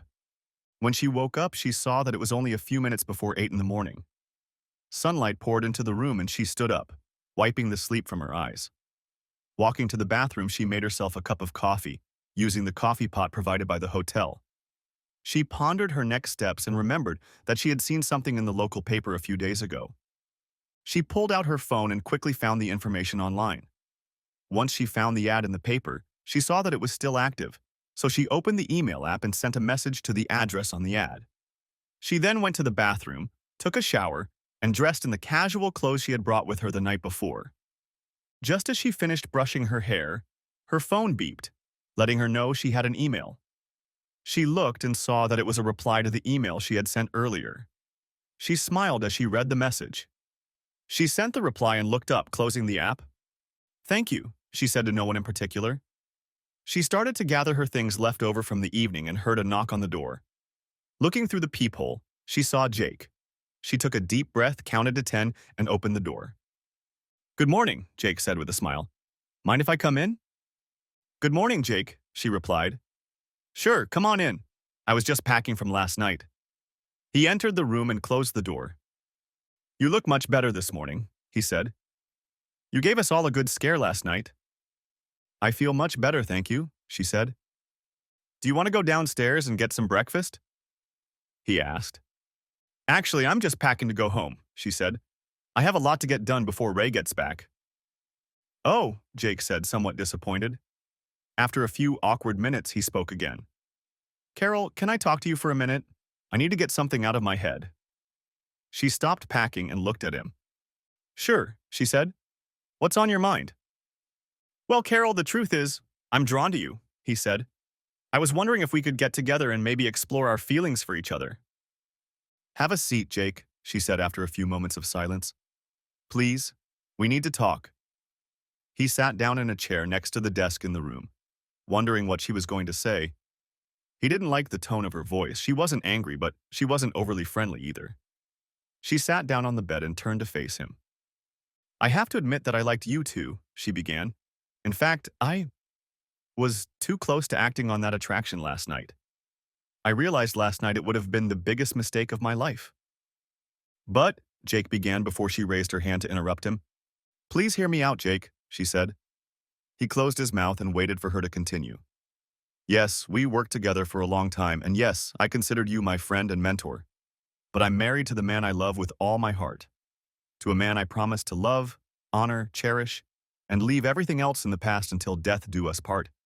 And I fully intend to fulfill that promise. I also have a son who will be destroyed if our marriage breaks up. I cannot do that to him. I will not do that to him. So the better man wins, huh? He asked. We've never had a rivalry, Jake, she said. And yes, he won my heart over 12 years ago. Besides, it didn't take you long to find someone to fill your bed, did it? How long have you and Brenda Spencer been dating? He looked at her shocked. How did you find out about her? He asked. I'd tell you, but you'd never believe me, she replied with a smile. Honestly, last night was the first time, he said. We both had a few drinks after you went to bed, and things went on from there. I hope it works out for you, Carol said. Just be careful. The company has rules about office romances. Yeah, tell me about it, he said with a chuckle. And since you're here, I suppose it's only fair that I give you a heads up, she said. I'll be submitting my resignation on January 3rd. What, you're leaving the company? After all these years on the job? I've decided it's time for me to prioritize, she said. And part of that means leaving Callahan and Son. I've enjoyed working with you and Philip and everyone else, but it's time for a change. Do you realize you are one of the highest paid CFOs in the region? You're giving up a very lucrative career, he said. I realize there are things much more important than money or power, she said. What has gotten into you? He asked. She smiled, mulling over her answer. I'd tell you, but you'd never believe me, she said. Okay, if that's what it takes, he said. Good luck. I hope things work out for you.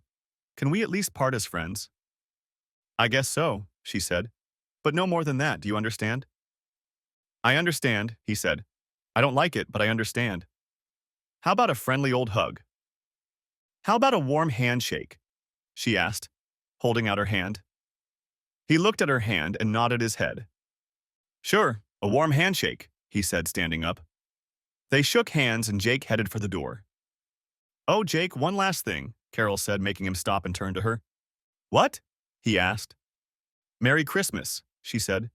He looked at her, shocked. Merry Christmas to you, too. Friend, he said with a smile. She watched him leave the room and exhaled. She felt as if a huge weight had been lifted off her shoulders. After standing for a few minutes, she went back to gathering her things and headed downstairs to check out. She reached her car and put her things in the trunk. Looking outside, she saw a young couple with a baby beside their car in the parking lot with the hood up. The woman was crying, holding the baby in her arms, and the man was hugging her. She froze for a moment, contemplating what she should do. In a normal situation, she would have just ignored them and continued on her way without a second thought. Then she remembered what she had witnessed that morning and made a decision. Rubber is the way to go, she thought as she gathered her purse and headed towards the couple. Excuse me, is everything okay? She asked. They both looked at her and she could see the tears and sadness on their faces. No, ma'am, everything is not okay, the man said. What's wrong? Carol asked. Our car just broke down, said the man. We were on our way to Wichita Falls from San Antonio. My father is dying, and we wanted to get there before Christmas so we could see him before he died.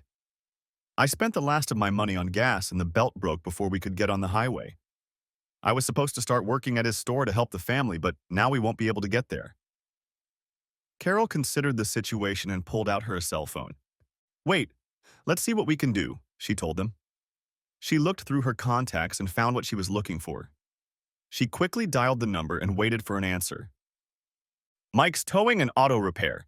Mike speaking, said the man on the other end of the line. Mike, this is Carol Beck, she said. Good morning, Mrs. Beck. How can we help you today? He asked. Listen, Mike, I'm with a couple that's traveling to Wichita Falls and their car broke down. The man says the belt broke. Could you find someone to fix it? She asked. What kind of car is it? He asked.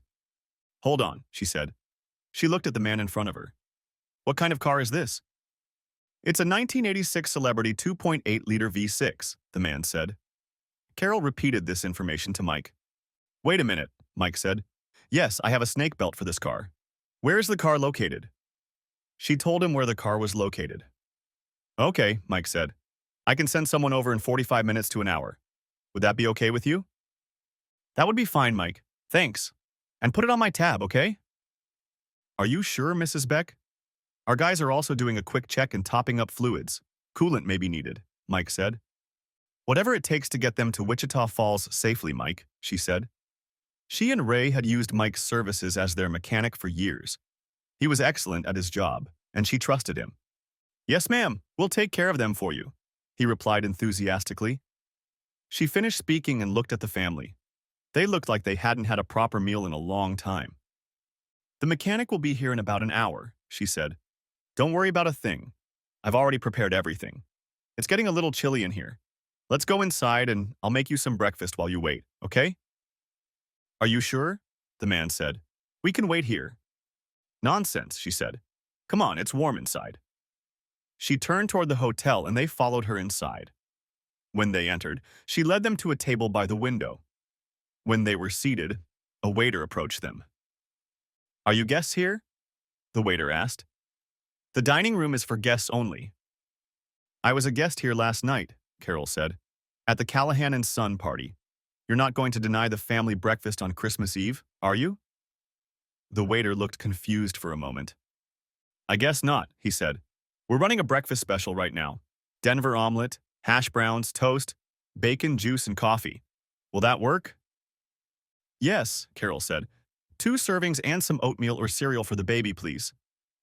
She pulled out her credit card and held it out to the waiter. On me, she said. When the waiter left, she pulled out 2 $50 bills and held them out to the man. With this money, you'll have no trouble getting to Wichita Falls. Ma'am, I can't repay you for this, the man said as he took the money. Don't worry about that, Carol said. Take care of this beautiful family, and maybe someday you'll be able to repay them in kind. The young woman looked at Carol with tears in her eyes. Thank you so much, she said. We've had a very difficult year. God bless you. Carol felt tears come to her eyes as she remembered what she had seen when she was with Justice. He already did, Carol told the woman. Merry Christmas, the woman said. The man seconded her words. Merry Christmas to you too, Carol said. She got out of the car and walked to her car, fighting tears in her eyes. When she got into the car, she looked up and saw Justice, Dr. A, and Cameron looking at her with smiles on their faces. Cam gave her a thumbs up. She smiled back at them and nodded her head. She put the key in the ignition and looked up, but they were gone. She looked around but saw no sign of them anywhere. Strange, she thought. She got out of the car and headed toward the house. When she reached the street where she lived, she felt like a completely different person. She saw Alice's car parked outside the house and realized that her in-laws had probably brought Timmy home. She pulled into the garage and stepped inside. Mommy, Timmy exclaimed as she stepped into the house. The boy put his arms around her and kissed her on the cheek. She hugged him tightly and looked up to see Alice and George. Thank you for looking after him, she said. My pleasure, Alice replied. Are you all right? You look a little different. Actually, I feel better than I have in a long time, Carol said. She looked around the house, noticing the lack of decorations. There wasn't even a Christmas tree in the front room. Something about it didn't feel right. She looked at Timmy again. So, honey, do you know where your daddy keeps the Christmas decorations? She asked. George and Alice looked at each other in surprise, and Timmy looked at his mom in shock. It had been a long time since they had used ornaments. Yes, I do use, he said. Don't you want to hang them up? Carol asked. Timmy's face lit up and he smiled. Yes, I'd like to, he said. Dad, could you help Timmy with that? And maybe with the outside lights? Carol asked. Yes, I'd love to, he replied. Timmy, do you know which Christmas CD your dad likes best? Carol asked. Yes, I do, he replied and walked over to the music cabinet. He looked through the CDs and pulled out one of the Mannheim Steamroller CDs that Ray had bought years ago. He held it out to Carol. He really likes this song. Will you let us listen to it? Sure, honey, it's Christmas, isn't it? Yay! Shouted Timmy. George and Alice looked at them and at each other, more surprised than ever, as Carol inserted the disc into the record player. She pressed the play button, and soon the room was filled with music. Carol smiled broadly as the music played. Are you sure you're all right, dear? Alice asked. Oh, yes, Mom, I'm sure, replied Carol. Now, Timmy, go with Grandpa and do whatever he says, okay? I will, Mommy, he said, grabbing George's hand. Carol heard her phone buzz and looked up to see that Ray had sent her a text message. Got a seat a little early, leaving Seattle in half an hour. I'll see you soon. Love you. That's great. Love you too, she wrote back. Ray left Seattle on an early flight, she informed Alice. Could you help me make cookies and hot chocolate? I'm afraid my culinary skills have been failing me lately and I could use some help. Yes. What's going on, Carol? I've never seen you so happy and cheerful. I'll tell you later, she said. It's incredible. Good, I need to hear it, Alice said as they went into the kitchen. Ray was glad he'd been able to leave Seattle early. As it turned out, there was a thunderstorm over Denver and they were a half hour late. He flew to DFW, loaded up the car, and headed home. As he pulled onto his street, he was surprised to see Christmas lights on the house. He saw his dad and Timmy standing outside with a few neighbors and wondered what was going on. He pulled into his garage and came out to see what all the commotion was about. He was also surprised to hear Christmas music coming from his front room. Daddy, shouted Timmy, running out to meet his father. Ray picked the boy up in his arms and held him tightly as he walked toward the front yard. He stared in shock at the lights and decorations of his house. Dad, he said, what's going on? Carol's going to have a seizure when she sees all this. George looked at his son and laughed. Whose idea do you think this was, son? George asked. Ray looked at him, not knowing what to answer. Carol opened the front door and ran out to meet her husband. Honey, I'm so glad it worked out for you, Carol said. I missed you so much. I missed you too, he replied. What does all this mean? And this music? I thought you hated Christmas. Okay, who are you really and what did you do to my wife? That was the old me, Carol said. The old Ice Queen Scrooge is gone. Forever. Meet the new and improved me. Ray looked at her carefully. Yes, she sounded like Carol, and even looked like Carol. But this woman was happy, cheerful, fun even, and he had to admit prettier than he ever remembered. All right, Carol announced. Cookies and hot chocolate for everyone. Please come in. Ray looked dumbfounded at his father, then greeted everyone entering. Alice and Carol handed out cookies and mugs of hot chocolate. Did you bake all of these? Ray asked. Well, with your mom's help, replied Carol. Ray took a bite of the soft chocolate chip cookie, and his face lit up. This is really good, he said.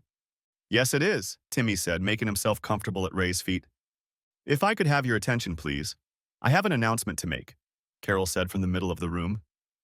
Everyone looked at her, wondering what she wanted to say. I have an interview for a new job on Monday morning. I'm leaving Callahan & Son after the first of the month, she said. When did that happen? Ray asked, surprised. And why? Today, she answered. As to the reason, I will say this. I felt it was time for a change. We'll talk about it later, she told Ray. In that case, I have an announcement to make as well, Ray said. Everyone turned to listen to what he had to say. We finished the job in Seattle, ahead of schedule and on budget. The client is thrilled with our work and so is my boss. He was so thrilled that he promoted me. As of January 3rd, I am the new manager of the local technical operations center. That means a big pay raise and, even better, almost no travel. Are you serious, Ray? Carol asked. No more business trips, really? That's exactly right, dear. Do you think you could stand it if I was home every day? Oh, darling, that's wonderful news, she said, as she hugged Ray. I'll be glad to see you home every day. Ray hugged his wife, then hugged his son. Congratulations, Ray. This is terrific news, George said, patting Ray on the back. A couple hours later, everyone went to their homes. George and Alice said goodbye, but not right away, making sure that Carol, Ray, and Timmy were coming over the next day to celebrate Christmas. Ray tucked Timmy into his crib and read him a story before heading to the bedroom. Making love to his wife, he pulled her to him. Do you want to explain all this to me? He asked. What happened? The truth? You want to know the truth? Okay, here it is. The truth is that I realized I've been an ungrateful bitch to you for months. Last night I came so close to destroying the best thing in my life, Carol said, holding her thumb and index finger very close together. Ray looked at her in shock. There was nothing. Nothing at all. But it almost happened, she said. And I'm terribly sorry it did. Jake Callahan? He asked. Yes, she replied. What happened? I guess you could say a guardian angel intervened, she said. I got a bad headache and went to bed. Alone. And then I was woken up by the mother of all alarm clocks. I realized what was going on and I saw Jake for who he really was. All these years he'd been acting like my friend. In reality, all he wanted was me and the destruction of our marriage. I also learned about the possible consequences for our family, and I just couldn't deal with it. That's when I decided to change things. This morning, I told Jake I was leaving the company, she said. That explains that strange message I got from him earlier, Ray said. What message? Ray picked up his cell phone from the nightstand and showed it to her. The best man won. Congratulations, JC. Carol laughed as she read the message. And here I thought he meant it, Ray said. Tell me, woman, do I have to go and kick his ass? No, honey, I have a feeling he's going to get his own ass kicked soon, Carol said. So what's up with the new job? Ray asked. I remembered seeing an ad for a nationwide non-profit organization that was looking for a new CFO. I checked the ad this morning and sent an email expressing interest. I got a response saying they knew about me and would like to see me Monday morning, she said. Yes, but you might just be one of the people who applied for the job, he said. No, not really. It turns out that one of the group's board members is married to Callahan's COO, so she already knows me. I got an email saying they'd gotten responses from a few people, but they weren't impressed. The interview on Monday is practically a formality. What kind of nonprofit organization is this? Ray asked. They help homeless families get back on their feet, she replied. You? Working with the homeless? That's different, he said. Like I said, Ray, I woke up a lot this morning, she said. Up until now, I've only taken care of myself. I've never had time to look around and think about other people. This morning, for example, I ran into a couple who were on their way to Wichita Falls. Their car had broken down and they were stranded, stuck, hungry and cold, and no one stopped to help them. So I stopped. Helped? Yes, Carol said, wiping tears from her eyes. I paid for their car repairs and bought them breakfast. That's right. That's different, Ray said. That was the first time I ever helped anyone, Ray. And you know what? I enjoyed doing it. It felt good. It felt good to know that I actually made a difference in someone's life. That's the kind of person I want to be from now on. I want to be the best wife and mother anyone could ever wish for. So from now on, old bitchy Scrooge Carol is gone. I'm sorry I caused you so much pain. You don't deserve any of it. You're the best person I know. And I promise I will never, ever forget that. I'm so grateful for what I have, and I'll never forget it. She pressed herself against Ray and looked into his eyes. I love you with all my heart, Raymond Beck, and I intend to be with you until the day I die, she said. Do you understand me? Yes, I understand, Ray said, hugging her. And I accept your apology, but I'm curious about something. What caused all of this? He listened in silence as she told him about what she'd been through. Not a bad story, he said. I wish I could meet those guardian angels of yours someday. Who knows, maybe you will. Someday, she said. The next morning, they got up early, opened their presents, and headed out to spend the day with George and Alice. Ray couldn't believe the change that had happened to his wife. She seemed happier now than she had in the last few years. George and Alice noticed the change in her, too. After eating their fill of turkey, dressing, and pie, they returned home about 5 o'clock in the evening. As they drove up to the house, Ray noticed a basket on the porch. He pulled into the garage, and the three of them went to investigate the basket. In the basket was a red blanket, and under the blanket was the cutest puppy they had ever seen. As soon as the puppy noticed Timmy, he smiled and raised his paw. Timmy petted the dog and saw a card in the basket. He held the card out to Ray, who opened it and read it with Carol. Merry Christmas, the card read. It was signed Cam. Underneath it was a postscript. He's already been fixed and had all his vaccinations. Ray knew that Cam was one of Carol's guardian angels. Can I keep him, Mommy? Timmy asked. Please? I'll take very good care of him, I promise. Will you feed and water him? Will you walk him every day? Carol asked. Yes, Mommy, I will, replied the boy. He can even sleep with me if he wants to. Carol looked at the puppy, pondering this. Every boy needs a puppy, don't you agree? Ray asked Carol. Okay, you can keep him, said Carol. Yay, thank you, Mom. You are the best mom in the world. I love you so much, he squeaked as he hugged her. They gathered up the basket and the dog and went into the house. Carol made them hot chocolate and they sat down on the couch to watch TV and relax. Ray, do you think the piano would look good in that corner over there? Carol asked. A piano? He interjected. Are you going to take lessons or something? I used to play when I was a little girl. I'm thinking about getting back into music, she said. What would you like to learn? He asked. I was thinking that maybe I could learn to play Silent Night. It's a beautiful song. Maybe if I get good enough by next Christmas, we could sing it. Together. The whole family, she said. That's an interesting idea, he said quietly. I think we can do it. Thank you, honey, she said. It means so much to me. The movie, A Christmas Carol, was on TV. It was one of Ray's favorite movies. When the movie was over, Timmy turned to them with a smile on his face. God bless us all, Mommy, he said. All of us. Carol looked at her son's face and for a moment thought she saw her father's face superimposed on Timmy's. The face smiled and winked at her, and then disappeared. Carol felt a tear come to her eye. God bless us, my precious son, she said as she hugged him. Thanks for watching. I hope you enjoyed it. Subscribe to my channel and watch for the next video.